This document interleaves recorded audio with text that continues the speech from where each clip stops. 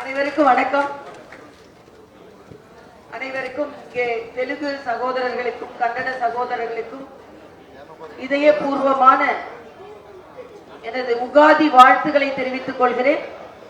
நான் ஏறக்குறைய 4.5 ஆண்டு காலம் மரியாதைக்குரிய சுதாகர் ரெட்டி அவர்கள் சொன்னதை போல தெலுங்கில் பழகி, அங்கே உள்ள பழங்குடி மக்களிடம் பழகி, அது தெலுங்கானா மக்களால் மிக அதிகமாக பாராட்டப்பட்டது.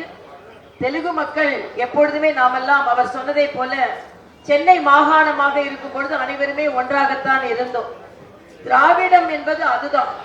இங்கே தமிழை தான் திராவிடமாக மாற்றி வைத்திருக்கிறார்கள். திராவிடம் என்றால் நாம் அனைவருமே சேர்ந்து இருப்பதுதான் திராவிடம்.